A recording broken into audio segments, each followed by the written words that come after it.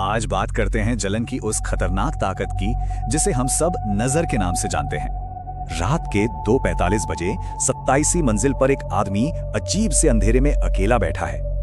ये है अनिल मल्होत्रा, एक टॉप बिजनेसमैन। लेकिन इनकी सफलता पर भारी पड़ रही है नमन अग्रवाल से इनकी जलन। नमन से तीसरा कॉन्ट्रैक्ट हारने के बाद अब वो मानने लगा है कि उसकी नाकामी की वजह नमन की बुरी नजर है।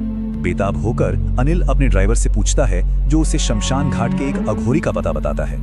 और अनिल पहुंच जाता है उस डरावने शमशान घाट, एक ताकतवर अघोरी से मिलने। अघोरी अनिल को देखते ही समझ जाता है कि इसे मदद नहीं, बदला चाहिए। वो मिट्टी और चिता की राख से एक छोटी गुड़िया बनाता है, अनिल की हर मुश्किल का हल। पर इस जादू के साथ एक चेतावनी भी है, अगर मन में जरा भी डर आया तो ये जादू उल्टा पड़ जाएगा। अनिल इस चेतावनी पर हंस देता है।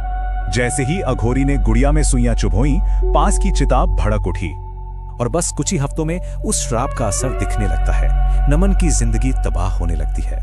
दूसरी तरफ अनिल की किस्मत चमक उठती है। नए कॉन्ट्रैक्ट्स, नया घर, बड़ा ऑफिस। लेकिन फिर एक रात अनिल अपने कमरे में उस गुड़िया को खुद ब खुद हिलते हुए देखता है। अनिल पसीने में भीगा हुआ उठता है और पहली बार उसके मन में डर घर करने लगता है। ऑफिस की लाइटें झिलमिलाती हैं और गुड़िया का सिर धीरे धीरे उसकी तरफ घूमता है। गुड़िया पर लगी फोटो बदल चुकी है, अब उस पर खुद अनिल की तस्वीर है। जादू पलट चुका था। अगले कुछ महीनों में अनिल की दुनिया उजड़ जाती है। सब कुछ खत्म हो जाता है।